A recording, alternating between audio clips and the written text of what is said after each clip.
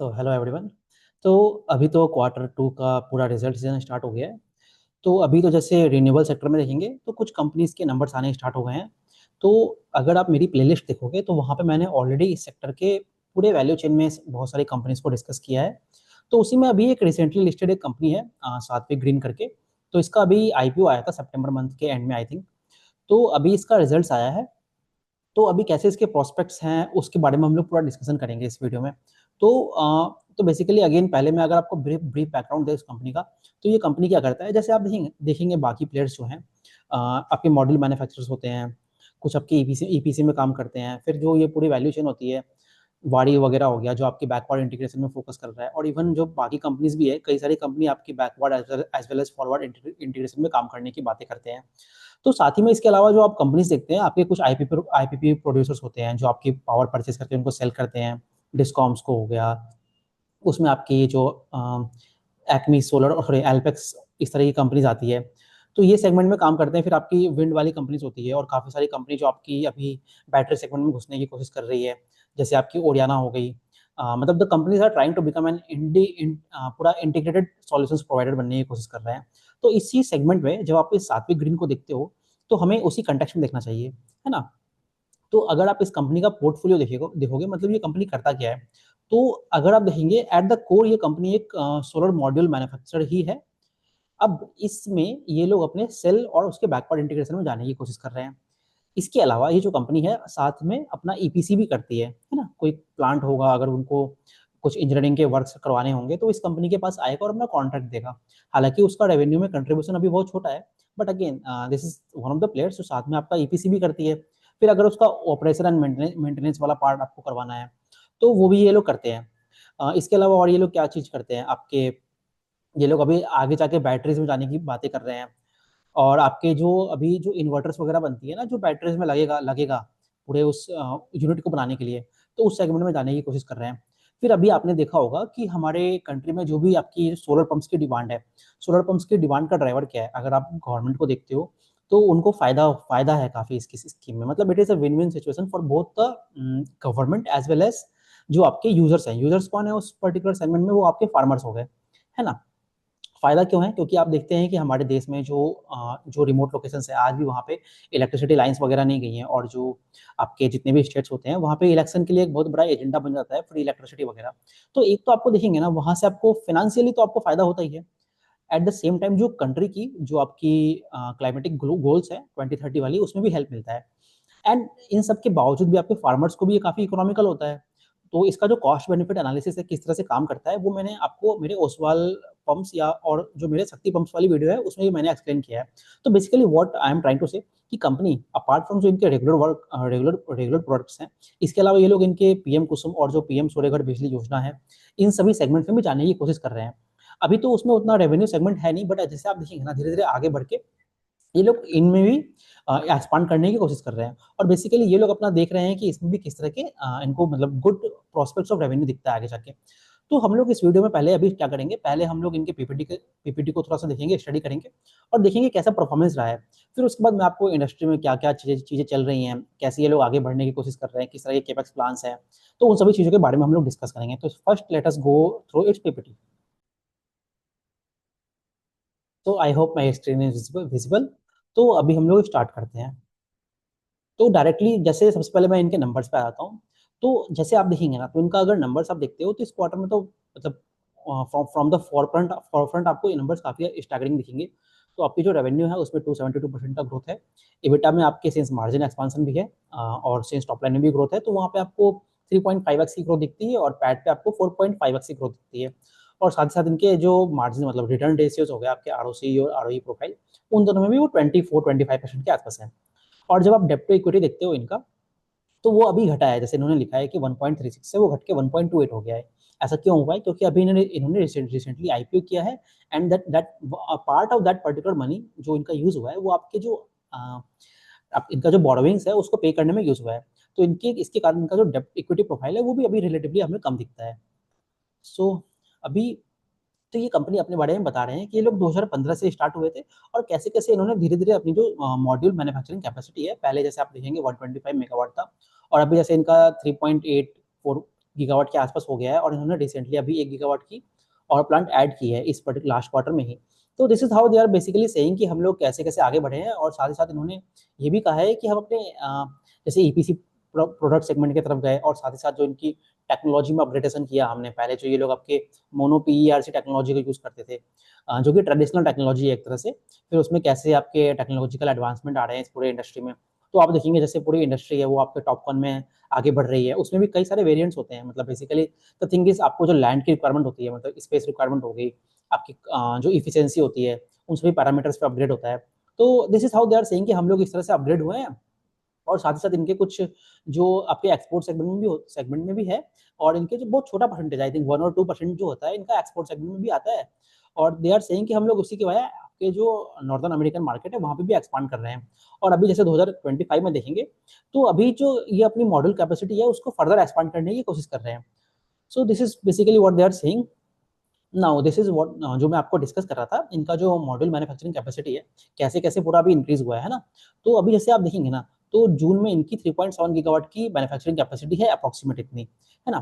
तो ये इन्होंने बढ़ा है और आप देखेंगे जो इनकी जो फैक्ट्रीज़ है, ये आपकी बेसिकली नॉर्थ इंडिया में है, अम्बाला और हरियाणा में, 2 जगह पे इनकी मॉड्यूल प्लांट्स होते हैं। तो ये लोग बताना चाह रहे हैं यहाँ पे।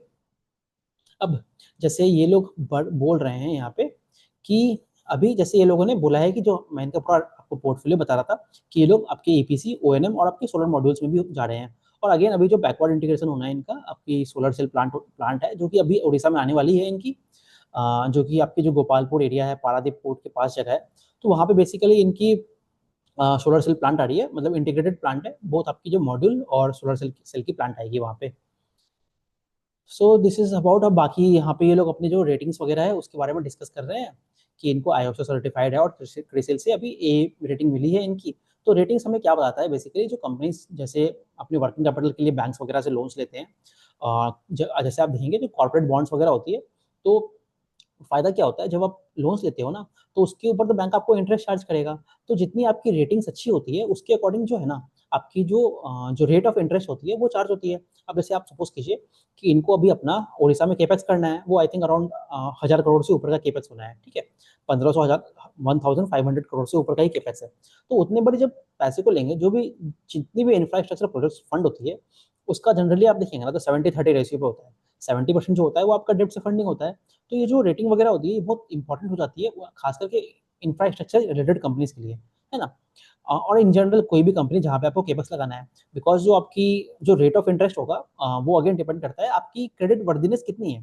तो इन दो सेगमेंट तो क्रेडिट रेटिंग इनकी मतलब इंपॉर्टेंट हो जाती है एंड क्रिसिल की ए रेटिंग तो काफ़ी अच्छी है इनके लिए। और साथ ही साथ ये लोग यहाँ पे ये भी कह रहे हैं कि हम लोग एएलएमएम अप्रूव्ड है। एएलएमएम अप्रूव्ड क्या होता है? आपकी advanced list of module manufacturers होती है।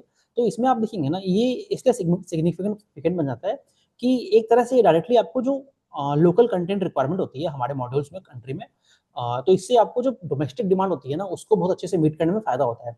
और जनरली जो कोई कंपनी अगर एएलएमएम लिस्ट में आती है, तो वो जनरली 3 साल के लिए रहती है। तो ये लोग बताना चाह रहे हैं। और ये तो इनकी पूरी मार्केटिंग वगैरह के बारे में है और जैसे इनका भी जो आईपीओ आया था, तो उस तरह में कैसा इनका रहा है, तो वो ये लोग बता रहे हैं। और आपके न्यूज़पेपर वगैरह में भी लोग अपनी मार्केटिंग करते हैं और ये लोग ये भी कहते हैं कि हमारे जो प्रोडक्ट है उसकी जो एक्सेप्टेंस है इन द मार्केट, वो काफ़ी अच्छी है, क्योंकि जो इनकी आपकी एफिशिएंसीज़ वगैरह होती है, आप जो प्रॉपर टाइमलाइन्स में अपने प्रोडक्ट को डिलीवर करते हो, तो वो सारी बातें ये लोग बता रहे हैं यहाँ पे। एंड फाइनली मिस्टर नीलेश कर इनके जो प्रोमोटर एंड चेयरमैन हैं और मिस्टर मनीष कर इनके मैनेजिंग डायरेक्टर हैं। तो this is the management team. So अब अगर आप पूरे इंडस्ट्री की बात करोगे ना, तो ये तो बेसिकली आप यहाँ पे जो लेफ्ट हैंड साइड में ग्राफ दिखाया है, ये ओवरऑल जो है आपका एनर्जी रिक्वायरमेंट बता रहा है आपको, है ना? अभी इसमें आप देखेंगे, जैसे आप देखेंगे ना, जैसे पूरी कंट्री हो गई, तो कंट्री में जो एनर्जी डिमांड होगी वो आपकी व्हाट मतलब बेसिकली एनर्जी डिमांड किस चीज़ को रिप्रेजेंट कर रहा है? ये तो बेसिकली देश की प्रोग्रेस को रिप्रेजेंट कर रहा है। The greater the electricity consumption होगी, उतनी प्रोग्रेस होगी। तो जो आप देखेंगे जो इलेक्ट्रिसिटी की डिमांड है overall on a country basis, वो आपकी 5-6% के आसपास ही रहेगी, है ना? कुछ स्टेट्स में ऑफ कोर्स जो आपके अनडेवलप्ड स्टेट्स हैं, मतलब जैसे कि आप मान लीजिए जब आप जाते हो ईस्टर्न इंडिया में जाते हो, बिहार, झारखंड वगैरह हो गया, तो वहाँ पे जो आपको जो ग्रोथ रेट दिखती है वो आपकी अलग दिखती है, वो आपको 10% के आसपास भी दिखेगी। तो बट अगेन वो इस वीडियो का डिस्कशन नहीं है। सो और यहाँ पे ये लोग राइट हैंड साइड में जो दिखा रहे हैं कि बेसिकली जो हमारे देश में आपकी जो पूरी ओवरऑल रिन्यूएबल एनर्जी की जो कैपेसिटी एडिशंस होनी है, जैसे आपको ये लोग बता रहे हैं कि FY 25 में आपका इवन आज के डेट में भी 47% ऑफ आपकी जो इंडिया की कैपेसिटी है वो कोल पे डिपेंडेंट होती है ना। और अगर जो आप बाकी जितने भी रिन्यूएबल्स को जोड़ दोगे, वो आपकी मतलब हाइड्रो भी जोड़ रहा हूँ मैं, उसमें सोलर भी जोड़ रहा हूँ, तो सबको जोड़ेंगे तो आपकी बची हुई सेगमेंट आती है। अब उसमें से भी अगर आप सिर्फ सोलर में जाओगे ना, तो वो 22% के आसपास है। अब आने वाले सालों में ये लोग बता रहे हैं यहाँ पे कि जैसे जैसे आपकी सोलर की इंस्टॉलेशन होगी, क्योंकि आप देखते हैं कि देश में कितने ज़्यादा टेंडर्स वगैरह हो रहे हैं और कितना जो पूरे गवर्नमेंट का पूरा पुश है इसके तरफ, तो उसके कारण हमें दिख रहा है कि जो पूरी सेक्टर है वो आपके अराउंड 16-17% के आसपास ग्रो करेगी, है ना। तो this is a thing. Now ये बेसिकली यहाँ पे ये लोग बताना चाह रहे हैं कि जो इंडस्ट्री के टेलमेंट्स होते हैं, जैसे कि मैंने आपको बोला कि जो पीएम कुसुम स्कीम है, जिसके बारे में मैंने आप इंट्रोडक्शन में डिस्कस किया कि जो आपके सेंट्रल गवर्नमेंट उसको आपके बैचेस में पंप्स के इंस्टॉलेशन के लिए टारगेट देता है। जैसे आप देखेंगे कि इवन आपके जो ओसवाल पंप्स है वो आपके टेंस ऑफ थाउजेंड्स में, इवन 50,000 के आसपास पंप्स इंस्टॉल करते हैं हर साल। और अगेन जो दूसरा सेगमेंट इनका आता है पीएम सूर्यघर मुफ्त बिजली योजना, जिसके वजह आपके जो रूफ टॉप में काम हो रहा है ना, मतलब हमारे रेसिडेंशियल बिल्डिंग्स के ऊपर में गवर्नमेंट सब्सिडी देती है आपके सोलर प्लांट्स लगाने के लिए। तो अगेन और जो आपकी सी पीएसयू स्कीम होती है, मतलब जो आपके जो सेंट्रल पीएसयू हो गए गवर्नमेंट के, जैसे कि पावर ग्रिड वगैरह हो गई, आईओसीएल हो गई, तो उन उन कंपनीज में जो भी आपका बेसिकली सोलर प्लांट्स लगने हैं, वहाँ पे रूफटॉप वगैरह लगना है, तो एक तो वहाँ से भी डिमांड है। तो ये हो गया। और इन सब के अलावा तो ऑफकोर्स आपकी जो यूटिलिटी हो गई, आपकी सीएनआई कस्टमर्स हो गए, है ना। तो ये सब तो, और जो आपकी जो ग्रीन अमोनिया और हाइड्रोजन से डिमांड आ रहा है, वो तो इवन वो सारी डिमांड्स तो अलग अलग है ही, मतलब those are of course the other talents of this particular industry. So तो फाइनेंशियल परफॉर्मेंस जो मैंने स्टार्टिंग में भी आपसे डिस्कस किया, अब जैसे एबिटा मार्जिन में आपको बोल रहा था कि एक्सपांड हुआ है, तो अगर आप पिछले 2 या 3 साल देखोगे ना, तो इनका जो एबिटा मार्जिन प्रोफाइल रहा है, पहले इनका अराउंड 15% के आसपास था, है ना। तो जैसे अगर आप देखेंगे तो वो बढ़ के अब Q4 मतलब लास्ट ईयर में देखिए आप, तो वो अराउंड आपका 16.78% था। आप और Q1 ऑफ FY 25 में जाइए, तो what I am trying to say कि जो इनका FY 25 रहा है, वहाँ पे जो इनकी मार्जिन प्रोफाइल थी वो अराउंड 16% के आसपास थी।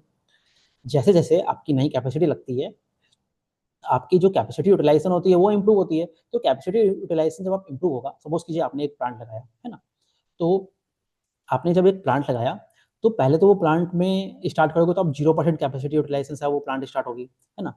बट उस प्लांट में जो आपकी एम्प्लॉइज होंगे उसको आपको कॉस्ट देना पड़ेगा, फिर आपकी रेंट वगैरह के कॉस्ट देने होंगे, है ना, पूरी इलेक्ट्रिसिटी का कॉस्ट देना होगा। तो इसको कहते हैं हम लोग ओवरहेड कॉस्ट।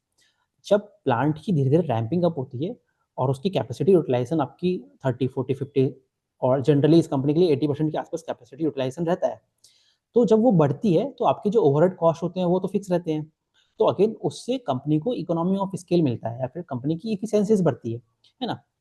तो उसके कारण जो आपके मार्जिन प्रोफाइल होते हैं वो इंप्रूव होने लगते हैं, है ना। तो इसीलिए जैसे आप देखेंगे तो इस पर्टिकुलर क्वार्टर में इस कंपनी का जो मार्जिन प्रोफाइल है वो अराउंड कितना रहा है, 19% के आसपास रहा है ना। सो अगेन हमें दिखता है कि 19.77% है, which is very significant. But क्या ये मार्जिन प्रोफाइल हर क्वार्टर में रहेगा? क्योंकि मार्जिन जो होते हैं कई सारे आपके रॉ मटेरियल प्राइसेस पे भी डिपेंड करता है ना। तो वो सारी चीजें हमें देखनी है इस कंपनी के लिए। सो this was about the margin profile. और सिंस आपके मार्जिन में इंप्रूवमेंट होता है, तो आपको वो पैट पे भी इम्पैक्ट दिखता है, प्रोवाइडेड कि आपकी फाइनेंस कॉस्ट उतनी रैपिड पेस पे एक्सपांड इंक्रीज ना हो।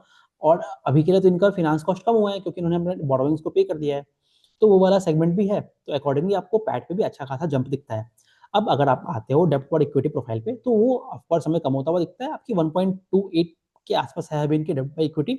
आगे जाके अगर यहीं पे मैं डेब्ट बाई इक्विटी की बात करूँ, तो ये लोग अपना जो कैपेसिटी एक्सपेंशन करते हैं, कैपेसिटी एक्सपेंशन कर रहे हैं, उसके लिए अराउंड 1.2 से 1.3 की ही डेब्ट बाई इक्विटी रखने की बात कर रहे हैं।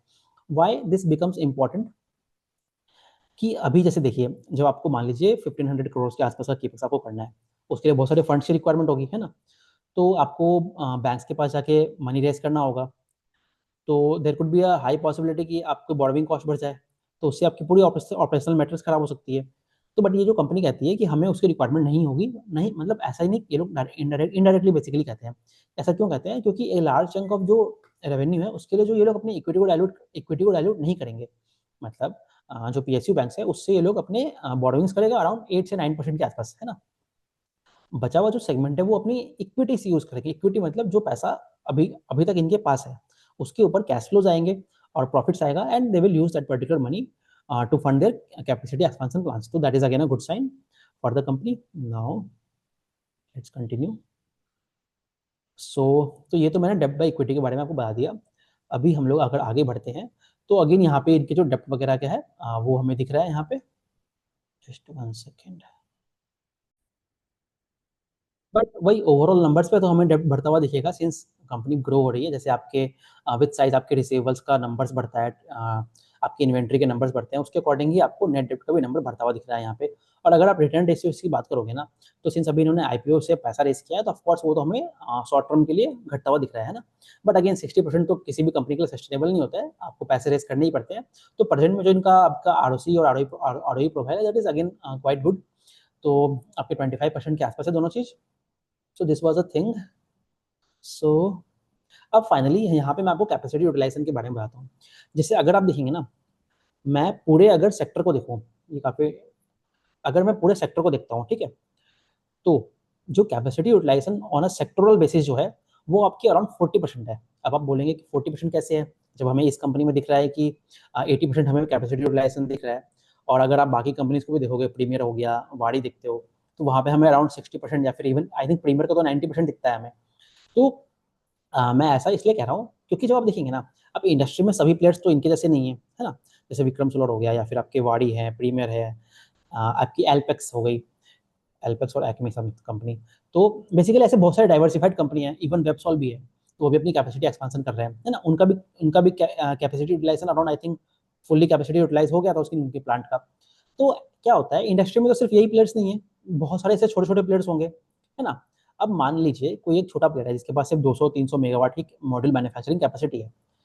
अब क्या उसके पास बहुत सारी चीज़ें हैं, हर तरह के मैनेजमेंट अलग अलग होते हैं। क्या वो मैनेजमेंट उतने रैपिड पेस पे एक्सपांड करना चाहता है, पहला बात हो गया। दूसरा, क्या उनके पास वर्किंग कैपिटल मैनेजमेंट मैनेज अपनी तरफ से कर पाता है, क्योंकि उस छोटे कंपनी को तो बैंक्स भी उतने उतने रैपिड पेस में आपको फंडिंग देने आएगा नहीं, तो वो वाले इश्यूज हो जाते हैं। अब उसके बाद है कि क्या वो ALMM लिस्ट में है कि नहीं है ना। तो ये सारे जो क्वेश्चंस होते हैं ये बहुत मतलब इंटरेस्टिंग बन जाते हैं। तो इसलिए जब आप देखेंगे ना, सिर्फ यही कंपनी नहीं, बाकी कंपनीज भी इस तरह की बात करते हैं, प्रीमियर ने भी ऐसे ही बोलते हैं वो लोग, कि despite having a lot of capacity in India, उसके बावजूद भी आप देखेंगे ना, तो बहुत सारे जो प्लांट्स है वो आपके आइडल है।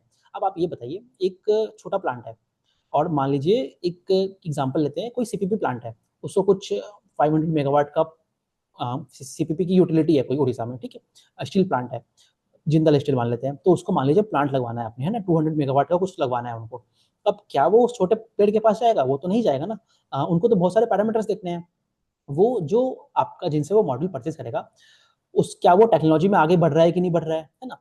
क्या वो अभी भी आपका मोनो पीईआरसी पे ही जा रहा है, या कि उनकी जो प्लांट है वो टॉप 1 पे आ रहा है। टॉप 1 पे आने से फायदा है कि आपकी उसकी एफिशिएंसी बढ़ जाएगी, आपकी लैंड रिक्वायरमेंट कम हो जाएगी, तो आपकी लैंड की जो कॉस्ट है वो भी कम हो जाएगी। और दूसरा, उस मॉड्यूल मैन्युफैक्चरर की बैंकेबिलिटी देखते हैं। बैंकेबिलिटी मतलब क्या, कि वो अपने प्रोजेक्ट्स को फंड कर पाएगा कि नहीं कर पाएगा। तो जब इस तरह के पैरामीटर्स देखते हैं, तो आप देखोगे ना, तो बहुत सारे जो आपके ये है, मतलब आपके बहुत सारे जो मॉडल मैन्युफैक्चरर्स हैं वो ऐसे एलिमिनेट हो जाते हैं, तो उनकी जो कैपेसिटी है वो काइंड ऑफ आइडल आइडल हो जाती है। तो इसीलिए आप देखते हैं ऑन एन इंडस्ट्री बेसिस अगर आप देखोगे, तो इनकी जो कैपेसिटी यूटिलाइजेशन है वो अराउंड 40% है ना। अब इसमें जो बड़े प्लेयर्स हैं, जो इनके पीयर्स वगैरह हो गए, कुछ के 60% होता है, कुछ का 55% होता है, जिनकी कैपेसिटी बहुत अच्छे से यूज हो रही है, जो अपने वर्किंग कैपिटल को अच्छे से मैनेज करते हैं, उनका इवन 80-90% के आसपास आता है। तो जब आप इस कंपनी को देखोगे, तो इनका जो कैपेसिटी यूटिलाइजेशन है 80% के आसपास है। तो ऐसा क्यों है? तो ये कंपनी जो है अपना, तो दिस वाज अबाउट द उनकी कैपेसिटी यूटिलाइजेशन वाले पार्ट के बारे में। अब जैसे इसी में जब आप देखेंगे राइट हैंड साइड में, तो ये लोग बोलते हैं जो इनका प्रोडक्शन है, मतलब हर क्वार्टर में अलग अलग प्रोडक्शन होता है, जनरली H2 हैवी बिजनेस होते हैं ये। तो इस क्वार्टर में इनका 685 मेगावाट का मॉड्यूल प्रोडक्शन था इनका। तो ये बताना चाह रहे हैं। अब जैसे अगर आप इनकी ऑर्डर बुक्स के बारे में बात करोगे ना, तो इनकी ऑर्डर बुक्स अराउंड अभी देखेंगे तो 4 गीगावाट के आसपास इनकी ऑर्डर बुक्स है ना। अब जो इनमें ये लोग बता रहे हैं यहाँ पे आपके राइट हैंड साइड में, जो टेक्नोलॉजी वाइज अपनी ऑर्डर बुक के बारे में बताना चाह रहे हैं ये लोग। तो जैसे यहाँ पे आप लोग यहाँ पे देख सकते हैं कि आप जैसे जैसे FY23 से अगर आपके FY मतलब 26 की तरफ जब आप बढ़ोगे, तो आपकी जो मोनो पीईआरसी है, जो कि एक काइंड ऑफ ऑब्सोलीट टेक्नोलॉजी है ना, तो उससे जो इनका रेवेन्यू सेगमेंट है आपका टॉप 1 की तरफ बढ़ रहा है, which is again a good sign. मतलब अभी पूरी इंडस्ट्री इस तरफ आगे नहीं बढ़ी है, बट जैसे जैसे आप आगे बढ़ेंगे तो हमें यही ट्रेंड दिखेगा। So this was about. अब ये तो इनकी फाइनेंशियल स्टेटमेंट है, जो कि मैंने नंबर्स ऑलरेडी डिस्कस कर लिए हैं, तो ये हो गया। सो फाइनली अभी यहाँ पे हम लोग इनके कैपेसिटी एक्सपेंशन की बात करते हैं। तो अभी आप देखेंगे FY25 के एंड में मैंने आपको बोला कि 3.8 गीगावाट का इनका प्लांट लगा है, और अभी जो सेकंड क्वार्टर में इनका अंबाला में 1 गीगावाट का प्लांट आ गया है ना, 1 गीगावाट का। अब इसका जैसे आप एक प्लांट लगाते हो तो आपको धीरे-धीरे उसको स्टेबलाइज़ करना पड़ता है, उसकी रैंपिंग अप होती है। तो ये लोग कह रहे हैं कि क्वार्टर 3 से उसका और रेवेन्यू में कंट्रीब्यूशन आएगा और धीरे-धीरे उनका भी कैपेसिटी यूटिलाइज़ेशन बढ़ेगा। और जो इनके बाकी के प्लान्स हैं, अभी इसके अलावा इन्होंने क्या किया है, ओडिशा में जाके अपना जो आपकी Tata steel special economic zone से वहाँ से इन्होंने लैंड परचेज़ की है, और वहाँ पे ये लोग जाके अपना पूरा 4 गीगावाट का मॉड्यूल और 4.8 गीगावाट का आपका सेल वाला प्लांट लगाने की बात कर रहे हैं, है ना? तो वो है, अब वो कैसे-कैसे लगेगा और कितनी उसके लिए मॉनेटरी रिक्वायरमेंट है, अगर इसके बारे में हम लोग डिस्कस करते हैं आपसे। तो ये जो अभी इनका जो ओडिशा वाला प्लांट लग रहा है, इसके लिए बेसिकली जो कैपेक्स लगना है, आप ऐसे समझिए कि अगर मैं आपको बताऊँ तो जैसे जनरली अगर आप एक ब्राउनफ़ील्ड प्लांट लगाते हो, आपके मॉड्यूल के, तो ये लोग कहते हैं कि अराउंड उसके लिए 75 से 100 करोड़ ऑफ रुपीज़ लगते हैं, 1 मेगावाट के मॉड्यूल प्लांट लगाने के लिए। अब ये जो इनका ओडिशा वाला प्लांट है ना, ये आपका ग्रीनफ़ील्ड कैपेसिटी है, तो इनको जो पूरा इंफ्रास्ट्रक्चर है, वो डेवलप करना पड़ेगा यहाँ पे। तो उसके लिए अराउंड आपकी 130 करोड़ रुपीज़ के आस-पास आपकी प्लांट के लिए लगता है, मॉड्यूल प्लांट के लिए।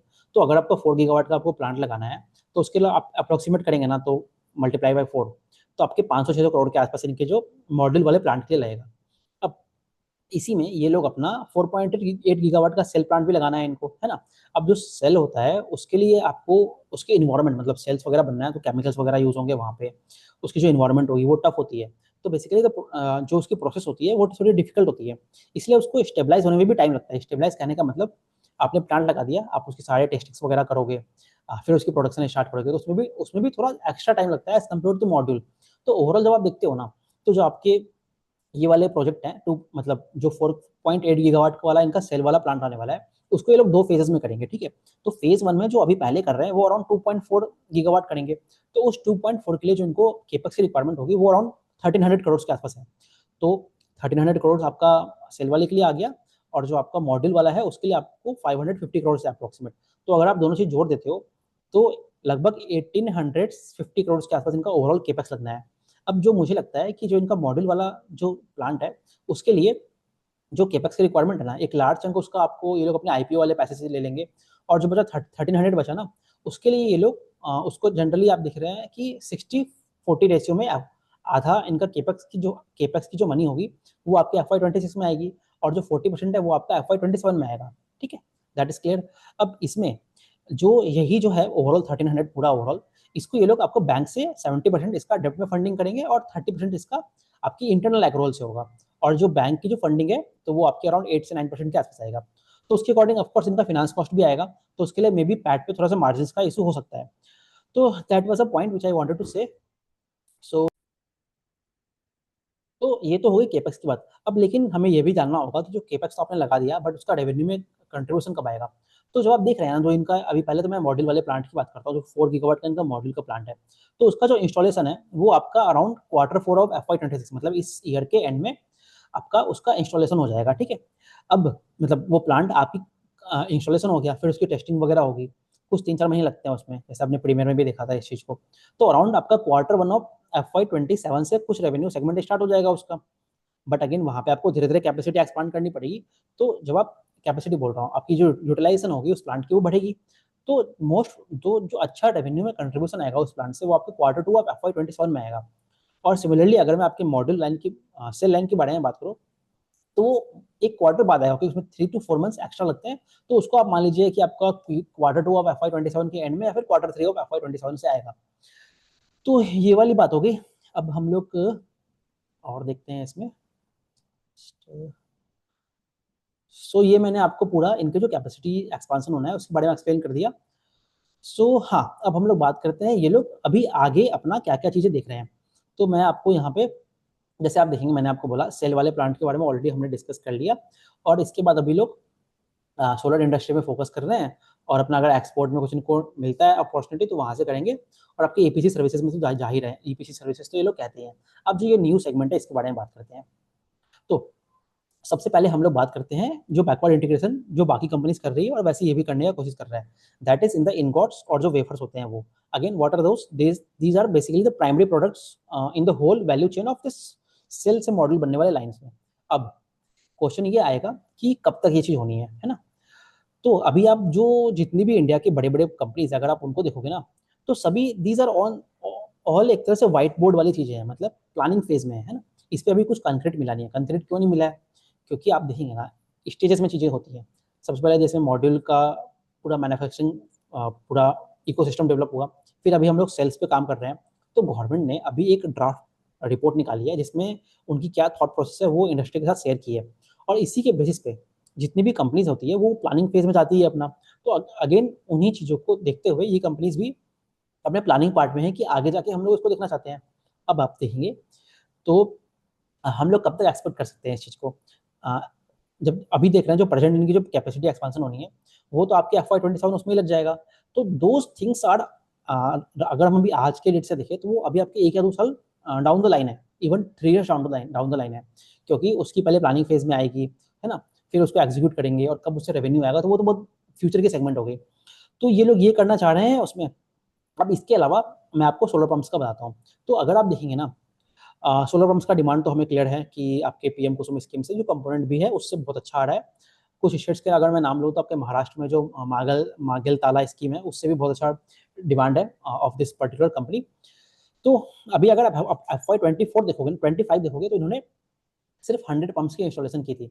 आप इसको ऐसे कह सकते हैं कि ये इस सेगमेंट में अपना स्टार्ट ही किया इन्होंने।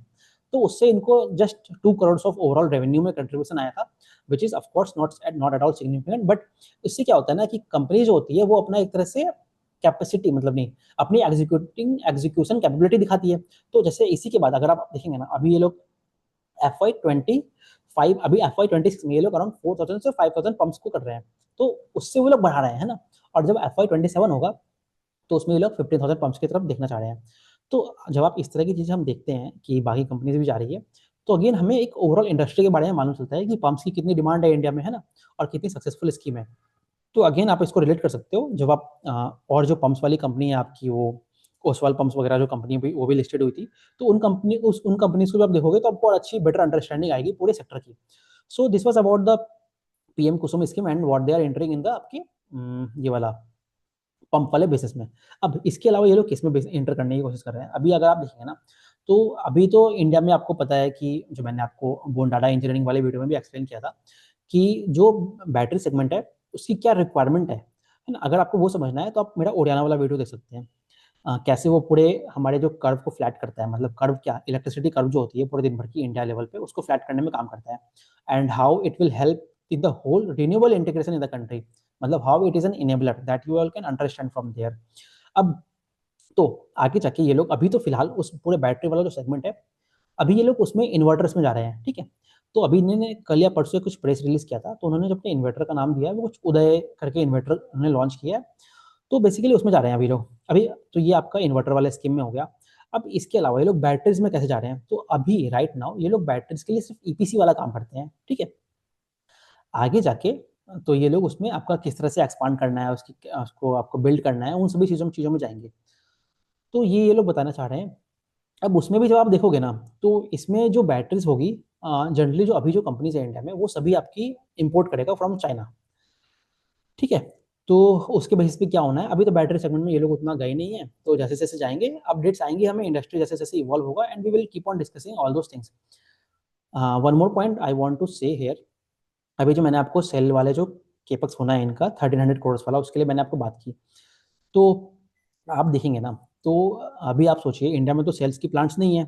There is a huge scarcity, और अभी advance list of cell manufacturers आपका FY 27 में स्टार्ट हो जाएगा, है ना? तो उसके लिए हमें कंट्री में बहुत सारी सेल्स की रिक्वायरमेंट है, दैट इज़ द थिंग। अब आप ये सोचिए कि ये जो कंपनीज़ होती है, तो ये जो सेल्स हैं, ये किनसे बनवाती होंगी? वो जो प्लांट किसी से तो बनवाएँगे।